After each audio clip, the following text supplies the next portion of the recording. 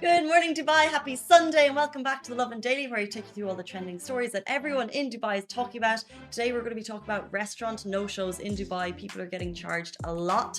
We're going to talk about His Highness Sheikh Mohammed, the ruler of Dubai. He was at the races yesterday, and why he is saying the show must go on. Later in the show, we have Winston Cowie, who shared the video that you probably saw, that heartbreaking, touching video of a baby camel in the desert who nearly ate a plastic bag. Thankfully, didn't. But we're going to talk to him about environmental policies in the UAE as a whole. So much going on. What else is going on? And apart from that, we'll also be talking about how Dubai authorities have banned restaurants from serving coffee refills in baby bottles, and also how the UAE residents were found spending more than 7 hours a day online on the internet. And before we begin, a quick shout out to Lovin Extra, our new subscription, and you get this cool eco-friendly bottle which is kept aside, and it's just a level up from your normal bottle. It's so cool, $130.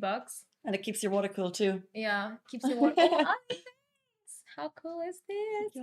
And also, you get exclusive content, you get access to giveaways, and so many fun things like promo codes and a lot more. But I was loving extra. But today's Sunday, and we kick off every single Sunday morning with breakfast. It started last week. And it's funny because we don't have a specific plan. We basically said, okay, let's just see what we bring in each morning. Last week I was a coffee croissant because there was a deal downstairs. Got to get those deals. You've leveled up. Like this is like a weekend breakfast for me. I think you're missing something though. No, last week I got granola and yogurt, and Casey got a croissant. I love how you say that. Croissant. Croissant. I'm like, I am not doing granola and yogurt this week. I'm getting waffles. But I thought you're gonna get something fancy too. I'm like, I got a match, but this time it's like yogurt and granola. But I got last time. This is actually a dairy-free yogurt. Ooh. Came in my Shopee order yesterday, and granola that my mum made, and she sent in a big box What's this morning. the brand of the yogurt? Yeah. I don't know. You don't know the brand? I was gonna get like I got those Crisp Fade balls, the strawberry ones. Berry Blast. Berry Blast, yeah, but I just left it on my desk. Oh, I was gonna start. She ate them. I didn't eat. I had one. You got more. No, the packet had like 4 balls. I just had one, and the rest is still on my table. Well, I must say, waffles and blueberries is a great way to start the week, Simran. However, you're missing maple syrup. Oh yeah, I know. You really are. I know. It has to be said. It feels too dry. It's dry. But guys, what are you having for breakfast? Let us know in the comments. And we'll jump into our top story. Speaking of food, speaking of eating out, Dubai restaurants are charging hundreds of dirhams for restaurant no-shows. A bit of background in this: restaurants, especially during COVID times, are operating at reduced capacity. So for a restaurant no-show, that's going to really affect their turnover and the amount of money they're making. And especially, this is something that we called out before. Low is a restaurant in Dubai, and they basically said there was, in one sitting, 37 people didn't honor their restaurant booking, which equates to a lot of money for that restaurant. So they actually put a post up on their Instagram saying, please honor your no-shows. Now, and this actually is more of a practice for the higher end restaurants, which is interesting. They've basically said, in some cases, if you're booking, you need to give your credit card details. Now, this has been happening for quite some time. You need to give your credit card details.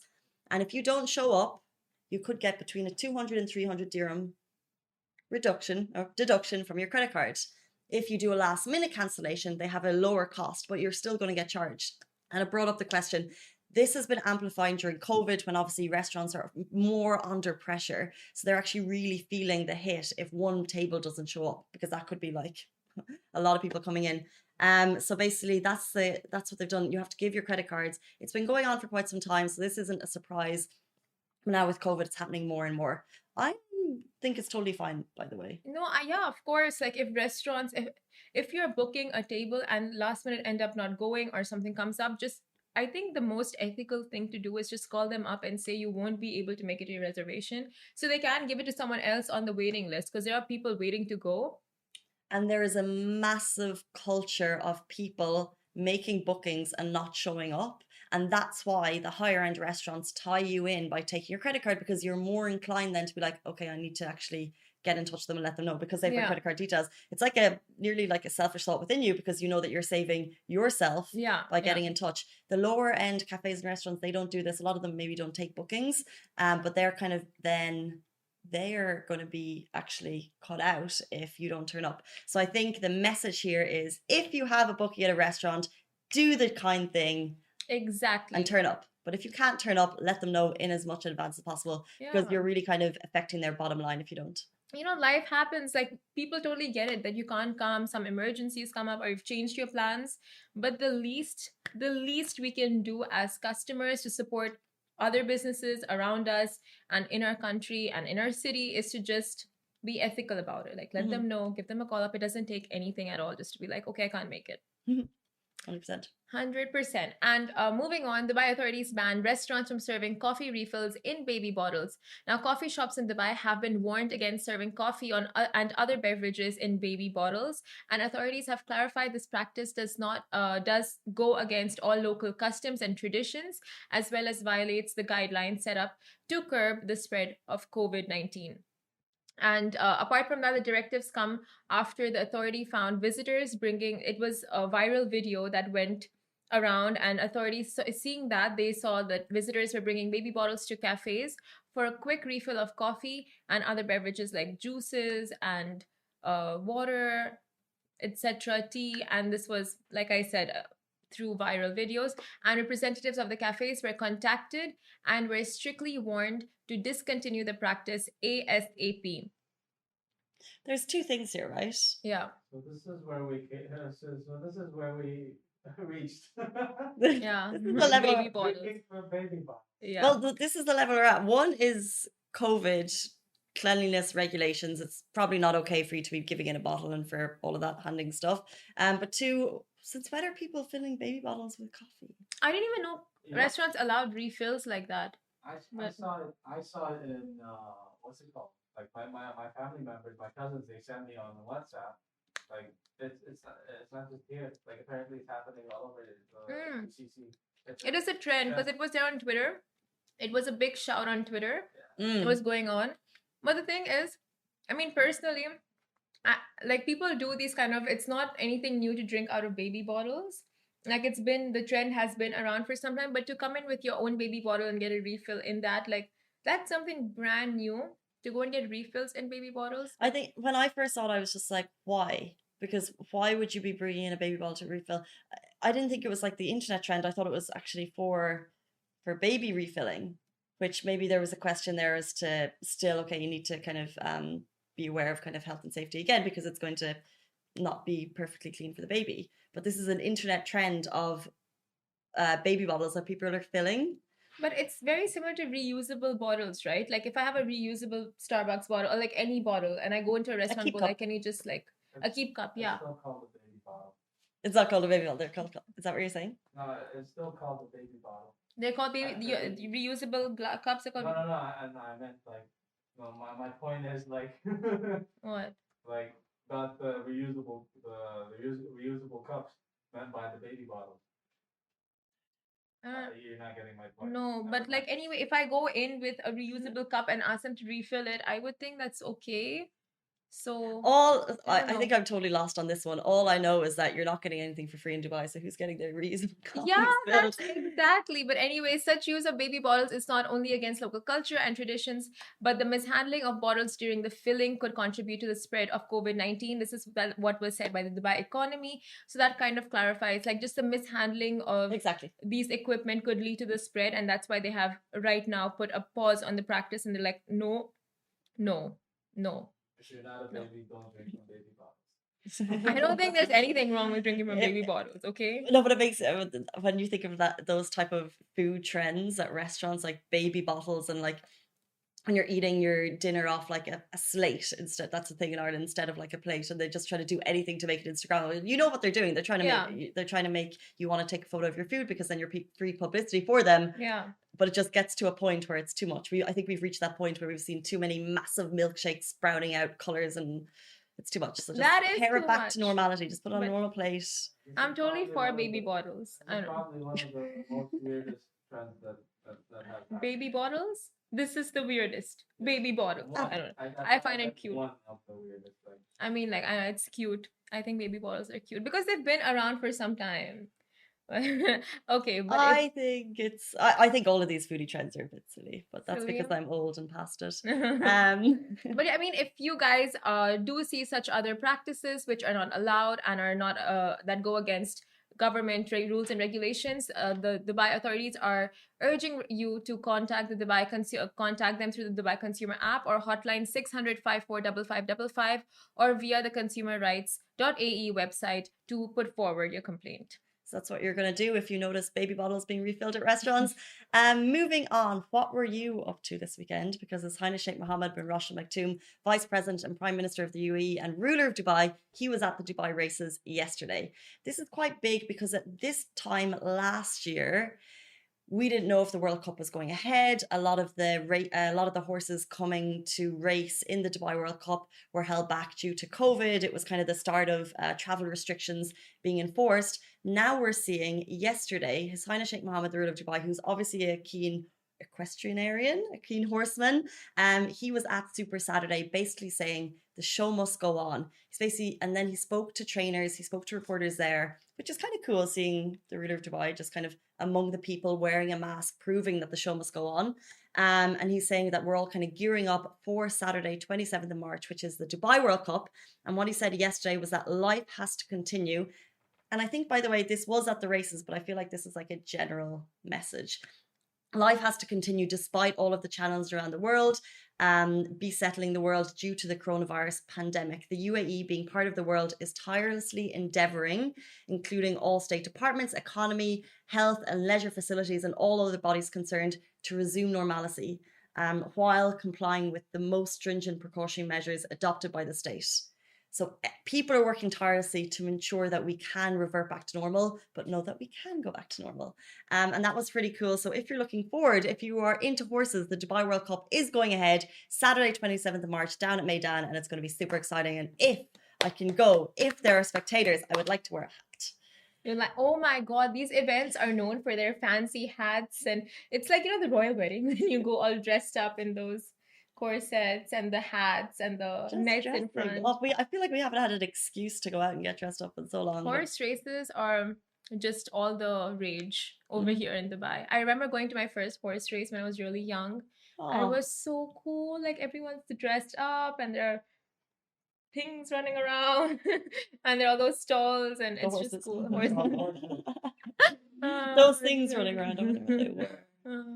Maybe an animal look like of some sort. Yeah, maybe zebras. No, that's cute. Would you go regularly as a family?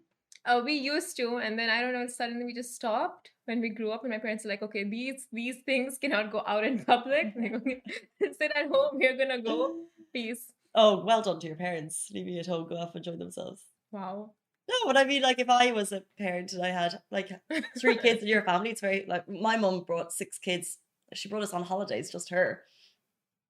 That would have been very tiring. She should have gone herself, enjoyed herself. I don't know why. Yeah, she said she loved it though. So parents are that's parents. what they say, but inside they're like, oh. If you guys saw the Netflix series Jilly and Georgia, you would understand the heartaches of a mother and motherhood. But yes, I have understood motherhood so well from that show. Speaking of, Netflix, and I'm just thinking of Simran's next story, which is spending time on Netflix. Does that count as the internet? I'm sure it does. But you know what? In the report, it didn't mention anything about like movie streaming sites. It was mostly social media sites. But yeah, so leading on to our next story, UAE residents were found spending 7+ hours a day on the internet. And with residents spending an average of that amount online per day, the total value of digital payments in the UAE reached AED 68 billion in 2020. Now, reports were released by the World Digital Report in 2021, and a recent survey also found that 70% of people in the UAE favor prepaid mobile plans. Do you prefer prepaid mobile plans? I always get a bit confused. Is that a bill? Wait, prepaid is like the package you get, right? It's not pay. Postpaid is pay as you go. Prepaid is you postpaid. It's prepaid. I always get really confused with those. Yeah, actually, I prefer bill pay. Prepaid, you paid before. The service. Okay, so yeah, I prefer. I'm with the 70% and you're with the 30% because you don't use bill. No, I get the plan. So is it postpaid? You pay, you get the package, right? Package is postpaid. Postpaid. So okay, fine. I'm with postpaid. Are you with postpaid? I have a bill. You have a bill? That's postpaid. Yes. Yes. Okay. So we are with postpaid. We're not one of the percentage mentioned there. And according But to ours is separate because I'm a bill phone, so I have different to you. So one of us is prepaid and one of us is postpaid. but I I get feel like this is going to be like, what? I got the package, so that means I pay after, like I pay at the end of every month. So what is that? Postpaid, right? Maybe call it the summer. Okay, yeah. Can anyone help us out on this one? It's one of the packages. But according to the World Digital Report 2021, Google ranked first in terms of the number of visitors with a total of 244 million visits, and YouTube was found to be the most used social media platform at 87.4%. I totally understand that. Like, YouTube was 87.4% and the rest, what are, oh, yeah. oh my gosh. I would think Instagram or TikTok would be second. I think it would be a close second. 87.4%, that's massive. Massive. YouTube, yeah, like my life is on YouTube and Instagram and TikTok and Twitter and Facebook. I think that's our Snapchat. and no, I don't use Snapchat at all actually. Do you use Snapchat a lot? No, but it's part of our work, so I flick on every now and then. Yeah. Need to start. Mike Hardy, thank you so much. He's saying if you get someone's helping us out. If you get sent a bill, it's postpaid. So I'm postpaid. Okay, same. So here. I'm part of the 70%. No, that's prepaid. 70% prefer prepaid. So you're not part of the 70%. Sorry, I thought you said 30%. 30%, yeah. Postpaid gang. Postpaid gang. But Hamad Obaid Al Mansouri, Director General of Telecommunications and Digital Government Regulatory Authority and head of the Dubai government of the UAE government, said the emergency faced by the world last year made 2020 a digital year of excellence as websites, social media pages, portals, and e-sites thrived. They were the only means for the world's population to pursue their lives, work, and education. Thus, the big numbers on the report. Yeah. But actually, the what's interesting is the 7 hours per day per person didn't surprise me, but only because my work involves staring at a screen all day. But a lot of people that does involve it. But I spend more than 7 hours for sure. Our poor eyes. I know. Digital strain, that's a thing. I made my screen black out, like all my websites and everything just are black because I've changed the settings. You know when you look into my laptop, you're like, you know what, you're too dark for me. What? Dark mode, yeah. That's what it's called. Yes, okay, dark mode.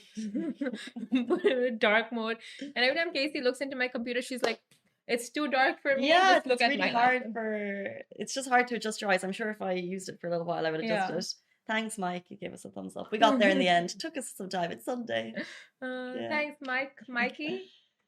But yeah, I just think your laptop has gone completely dark mode. Yeah, it's just gone off. No more battery. I feel like that's kind of us for the rest of the day. No more battery. Yeah, this show drains it all. All the energy comes out here. On that note, up next on the show, do not leave us because we have a very cool interview. You might have seen that video we posted on our Instagram, on our Facebook, and it was a baby camel in the desert. It's really heartbreaking. So it's kind of a lot of camels were walking through the desert. This baby camel reached down, nearly ate a plastic bag, and it just shows the effects that we're having on the environment. It was taken by Winston Cowie. He's a marine policy manager in Abu Dhabi, and he's joining us in the show in about 40 seconds. So stay tuned. Lovin Extra is here. This is the new membership, and while absolutely nothing changes for our readers, extra members get access to premium content, exclusive competitions, and first look for tickets and access to the coolest events across the city, and Lovin merch. If you subscribe right now, a very cool Lovin Red Eco Water bottle will be delivered to your door. We're joined by Winston Cowie, who's coming to us from... Where are you coming to us from? Let's see. This image behind me, it's taken off Butina Atoll, one of our marine protected areas here in Abu Dhabi, Marwa.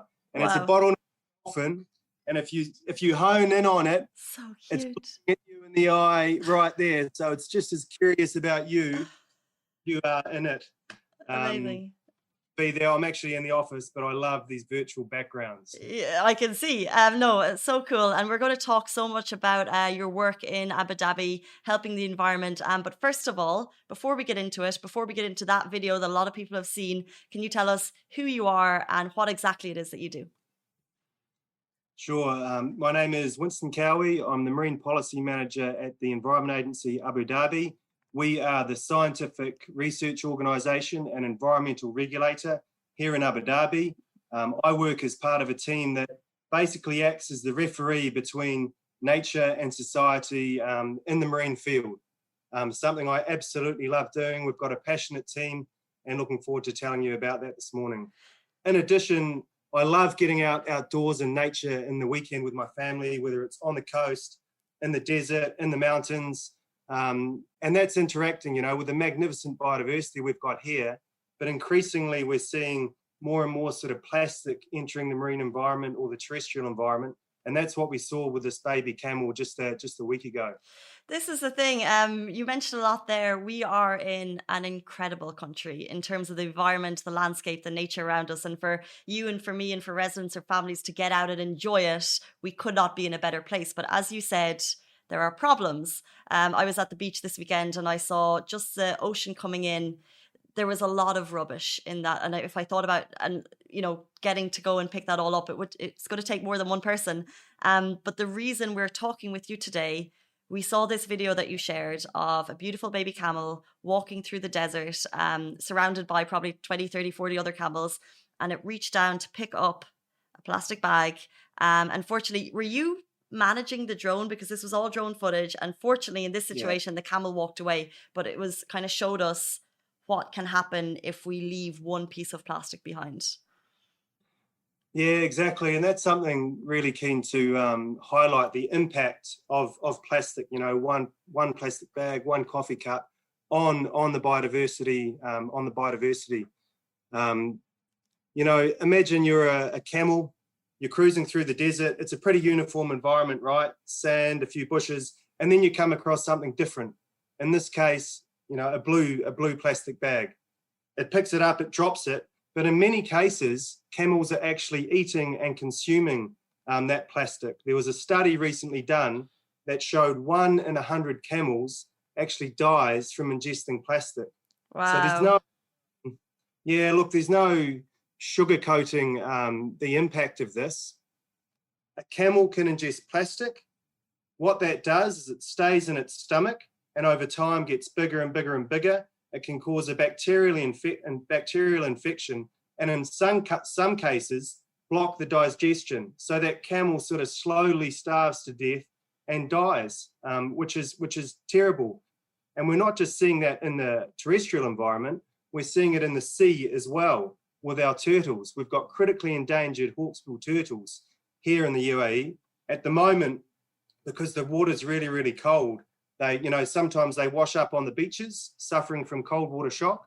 So we put them in a rehabilitation centre, and we've got a great partnership going with the National Aquarium Abu Dhabi. And what we've found in a recent study with Paris Sorbonne University is there's actually plastic coming out of the fecal matter of those turtles that are less than a year old. Okay, I've got no mother or father to look after them out there. They're floating around in the sea. Anything they come across, they're going to bite and they're going to eat, and it can have the same adverse impact as the camel. Wow. So that's something we really, really want to highlight for people. You might think it's just one plastic bag or one piece of litter, but it is entering the environment and it's having an adverse effect on our biodiversity, and it's all of our responsibility. Government, individuals, families, communities, to really work together to solve that problem. 100%. And I think if there's more awareness around it, if there's more awareness of people, okay, you shouldn't leave your plastic, but maybe why don't we start picking up 1 or 2 pieces of plastic wherever we go? I was involved in a beach cleanup in a protected beach in Dubai, maybe a couple of months ago. And you look at this beautiful beach, it looks perfectly white and clean and sandy, and this is an area that they clean quite regularly. We walked away with bags and bags of rubbish. It was incredible, the amount of waste that's just on one beach. What's your kind of scope in terms of the areas that you protect? It sounds like a kind of a mammoth project. Are you protecting all beaches in Abu Dhabi, or is there just specific ones that you're kind of committed to keeping preserved? No, it's all beaches across Abu Dhabi Emirate, right? And that's a large area of coastline. It includes offshore islands as well. So taking a step back, it's a global problem, right? But here in the Arabian Gulf, if you litter, because the water circulation of the Gulf takes 3 years from entering to go right back around. Generally, what's littered in the Gulf will stay in the Gulf. So people always say to me, what's the point of these beach cleanups?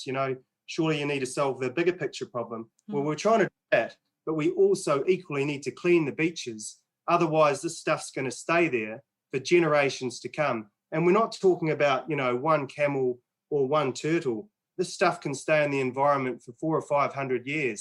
So you're talking about multiple generations of these species that it could have an impact on. So it's really, really important we continue those cleanups. And I want to do a big shout out to those groups and people that do them regularly. Thank you. You're doing a wonderful job. Please keep it up.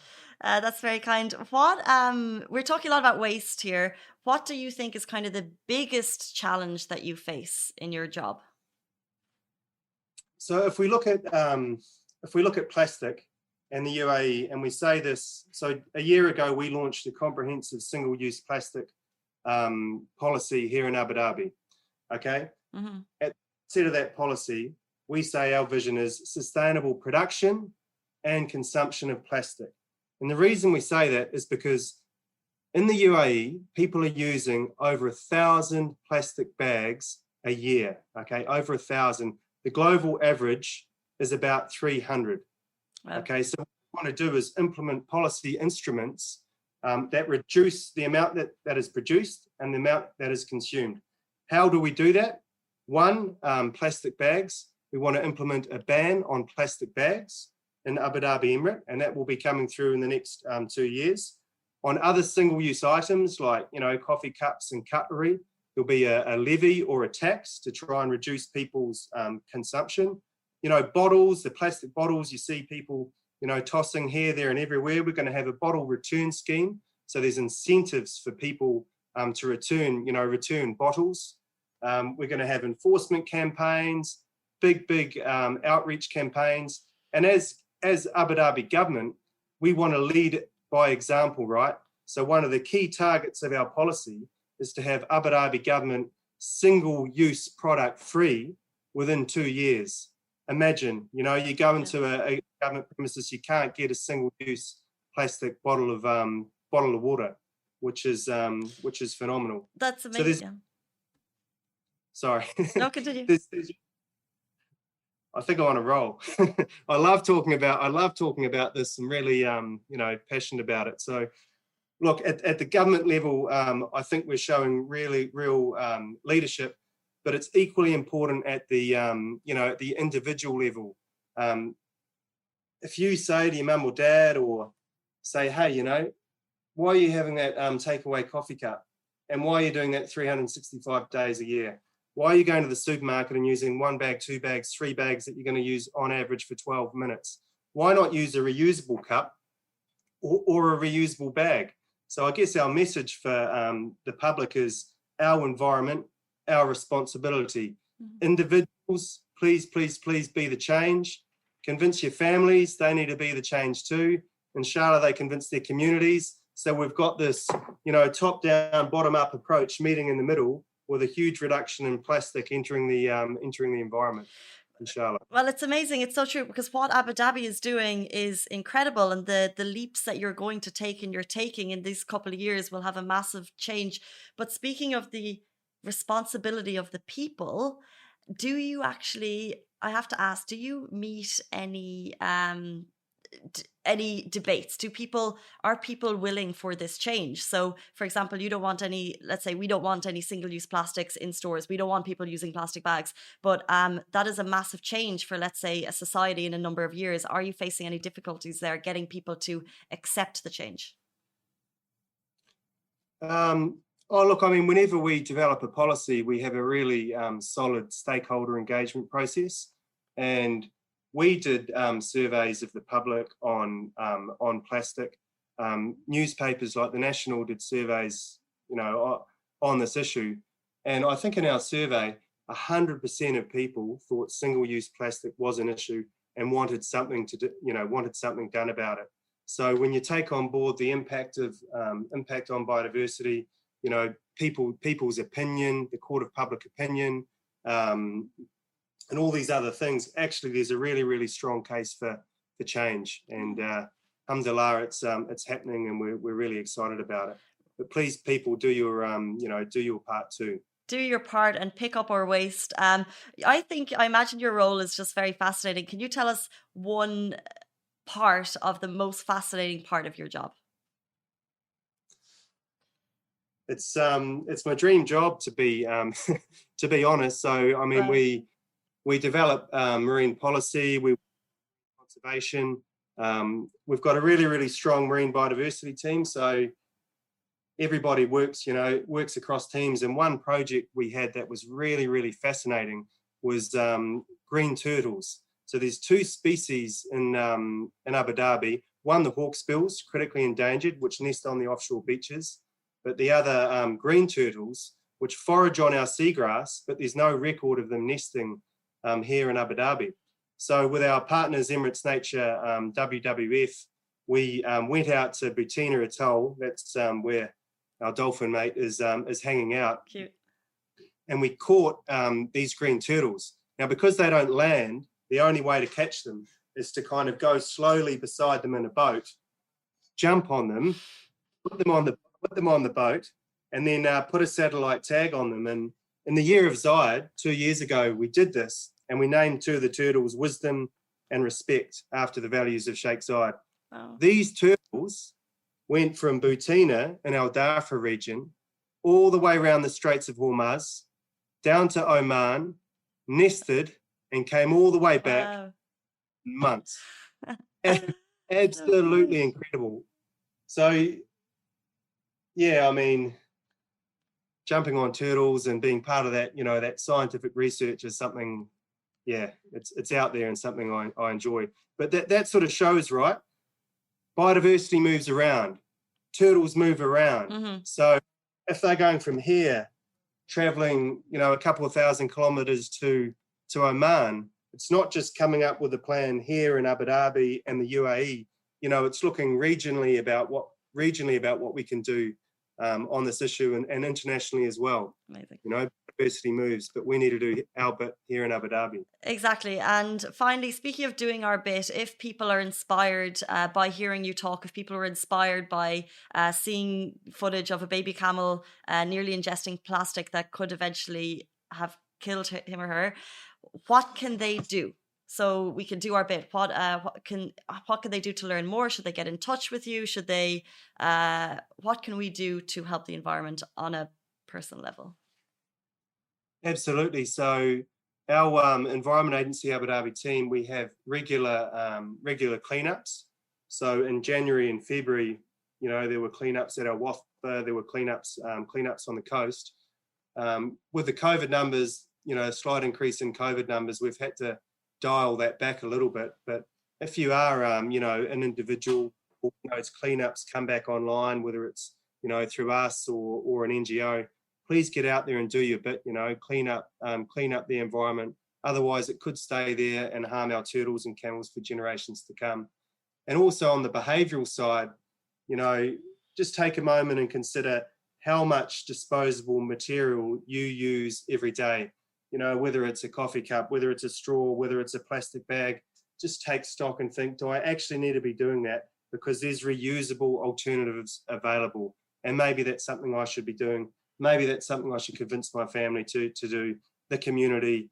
Let's get things going. 100%. Well, thank you so much, guys. This is Winston Cowie, the Marine Policy Manager with Environment Abu Dhabi. Thank you so much for your time on the show. Guys, we're back with you every single weekday morning. Stay safe, wash your hands, and pick up after yourself. Bye. Guys, that is a wrap for the Lovin Daily. We are back same time, same place every weekday morning. And of course, don't miss the Lovin Show every Tuesday where I chat with Dubai personalities. Don't forget to hit that subscribe button and have a great day.